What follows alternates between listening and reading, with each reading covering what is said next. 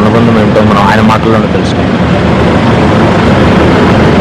చక్రికి నాకు అనుబంధం ఏమి ఉన్నాయండి, మీ ఇద్దరం బ్రదర్స్ అంతే. We are family. 97 నుంచి వీఆర్ ట్రావెలింగ్ టుగెదర్. తను చల్లగాలి అనే పేరుతో లిరిక్ రైటర్గా చేస్తున్న దగ్గర నుంచి నాకు పరిచయం. అయితే మ్యూజిక్ ఇండస్ట్రీకి మాత్రం తను మ్యూజిక్ రైటర్గానే పరిచయం. అందరికీ చక్రిగానే తెలుసు, మాకు అప్పటి నుంచి తెలుసు. సిబిఎస్ పాయింట్ అనే ఒక రికార్డింగ్ స్టూడియో ఉండేది. ఆ స్టూడియోలో ఇద్దరం కలిసి పనిచేసేవాళ్ళం. ఎన్నో ఆల్బమ్స్ చేశాడు తను, ఎన్ని అంటే లెక్క పెట్టలేను. ఎనీ టైం సిబిఎస్ పాయింట్ బిజీగా ఉండేది. అప్పట్లో ఎన్లాగ్ డిజిటల్ ఉండేది, కానీ అది ఒక్క సిబిఎస్ పాయింట్లోనే సౌండ్ స్కేప్ అనే ఒక రికార్డింగ్ ఇది ఉండేది. ఆ స్టూడియోలో నాకు తెలిసి కొన్ని ఇంచుమించు 100 పైన ఆల్బమ్స్ తను రికార్డ్ చేశాడు. ఎవ్రీ టైం తను అదే పనిలో ఉండేవాడు. అక్కడి నుంచి చిత్రం సినిమా రిలీజ్ అయినప్పుడు, రిలీజ్ రోజు అందరం కలిసి గంగా థియేటర్కి వెళ్ళాము దిల్సుఖ్నగర్. అక్కడ సడన్గా సినిమా మధ్యలో తనకు ఫోన్ వచ్చింది. పూరి జగన్ గారు ఫోన్ చేశారు, జగన్ అన్న ఫోన్ చేశాడు, ఇప్పుడు నేను ఫస్ట్ సినిమా ఆఫర్ వచ్చింది అన్న, బయలుదేరుతున్నాను, ఆల్ ది బెస్ట్ అని. అందరం 30 మంది ఉన్నాం అక్కడ. అందరం విష్ చేసి పంపించాం. తర్వాత చక్రి ఏంటో అందరికీ తెలుసు. అక్కడి నుంచి ఇద్దరం ప్రొఫెషనల్గా మంచి కాంపిటీషన్ ఒకరికొకరు ఇచ్చుకుంటూ ఎన్నో పాటలు చేసాం. కానీ పర్సనల్ లెవెల్లో మా ఇద్దరికి ఉన్న రిలేషన్షిప్ అందరికీ తెలుసు, మొత్తం మ్యూజిక్ ఇండస్ట్రీలో అందరికీ తెలుసు. We are very good friends.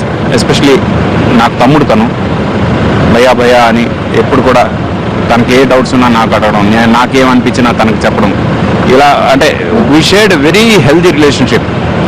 Especially ఈరోజు ఇండస్ట్రీ ఇక్కడికి హైదరాబాద్లో ఏమాత్రం ఎస్టాబ్లిష్ అయిందంటే దానికి కారణం మేమిద్దరం చాలా కష్టపడి చేసాం.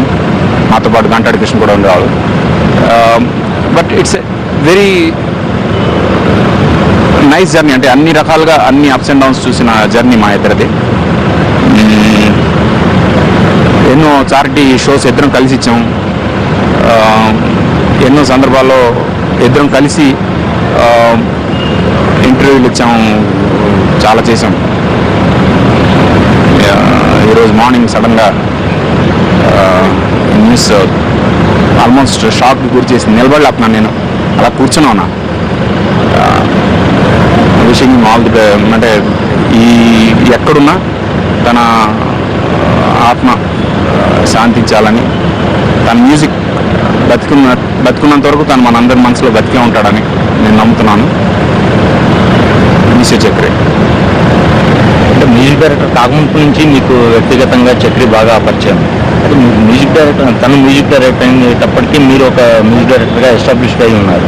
ఇద్దరు కాంపిటేటివ్గా మూవీస్ చేస్తూ వచ్చారు. ఆ సందర్భంలో మీ ఇద్దరి మధ్య సంభాషణలు ఎలా ఉంది? లేదు, అలాంటివి ఏం లేవు. మా ఇద్దరి మధ్యలో కాంపిటీషన్ అంటే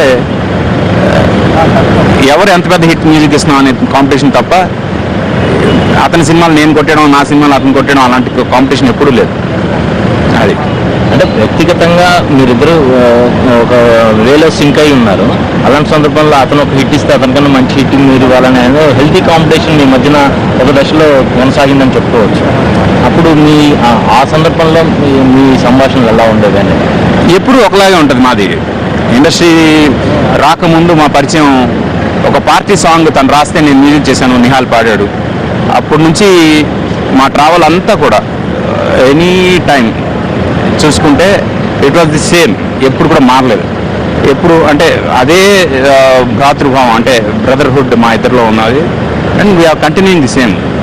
మొన్న మేము సైతం ప్రోగ్రాంలో కూడా మేమిద్దరం కలిసి అలాగే ఉన్నాం లాస్ట్ మూమెంట్ వరకు.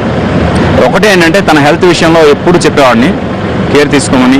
కొంచెం ఒబీస్ అవుతున్నావు, బాడీ లిమిట్ దాటి లావు ఎక్కుతున్నావు, ఇది కరెక్ట్ కాదు, హెల్త్ కేర్ తీసుకో, కంపల్సరీ తీసుకో అని ఎంత చెప్పినా ఒక్క విషయం తను కేర్ తీసుకోలేదు. అన్టైమ్లీ ఫుడ్, రాత్రి 4ంటికి తినడం, ఇలాంటివన్నీ వర్క్ లోడ్లో ఇవన్నీ మర్చిపోయి ఇవన్నీ చేయడం వల్ల తను ఈరోజు ఇలా మనకు దూరం అయిపోయాడని నా ఫీల్.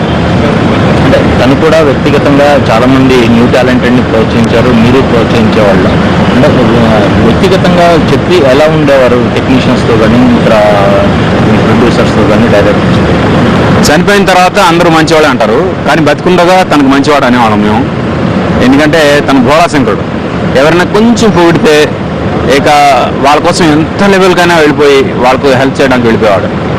అలాంటి ఒక అంటే మంచితనం, కుర్రతనం, చిన్నతనం అన్నీ ఉన్నాయి తనలో.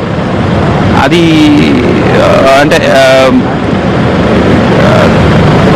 తను ఎప్పుడు కూడా తన చుట్టూ మనుషులు ఉండాలి. తన ఇది ఐడెంటిటీ ఏంటి అనేది ఎప్పటికప్పుడు ప్రతి ఒక్కరు చుట్టూ మనుషులు ఉంటే తనకు ఆ ఫీలింగ్ వేరే ఉంటుంది అన్నమాట. తనది ఒక లైఫ్ స్టైల్. ఒకటే ఏంటంటే తన పార్టీలో అవి ఇచ్చేటప్పుడు నేను జాయిన్ అయ్యాను కాదు, ఎందుకంటే నాకు పూర్తిగా అంటే నేను వాటికి కొంచెం దూరంగా ఉంటాను పార్టీస్ కానీ, అంతే తప్ప మిగతా అన్నీ వీఆర్ ట్రావెల్ టుగెదర్.